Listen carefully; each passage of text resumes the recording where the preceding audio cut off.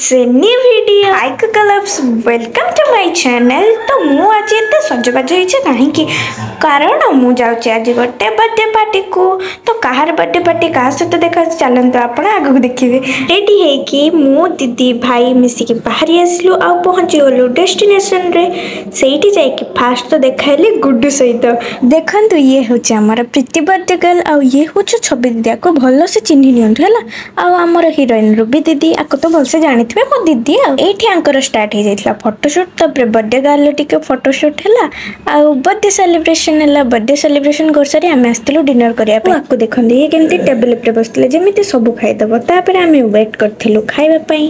तापर आसी गला हमर खाइबा थिला मशरूम चिली आ डेरी न करी आमे सब जल्दी जल्दी खाइदिलु। अध जण खाइले वेज बिरयानी अध जण खाइले नॉन वेज बिरयानी। मो पे टिके नॉन वेज बिरयानी खाइदिलु। एठाकर एम्बियंस बहुत सुंदर थिला हेले तांको खाइबा एते टेस्टी नथिला। हो छाड़ा आमे घर को बाहरी आसिलु।